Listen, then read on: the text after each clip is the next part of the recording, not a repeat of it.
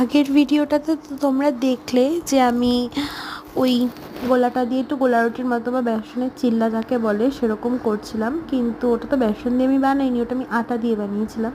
তো আটার চিল্লা হয় কি না জানি না, তবে ওটা চিল্লা মতো হয়নি, ওই একটু গোলা রুটির টাইপ বা পাটিসাপটার মতো হয়েছে। তো এর ভেতরে আমি ওই যে সস বানিয়েছিলাম তোমাদের সাথে শেয়ার করেছি, সেই সসটা দিয়েছিলাম ভেতরে। তারপরে সেদিনকে না আমাদের বাড়িতে সোয়াবিন দিয়ে আর ক্যাপসিকাম দিয়ে তরকারি হয়েছিল, সেটাও তোমাদের সাথে আমি শেয়ার করেছি ইউটিউবে।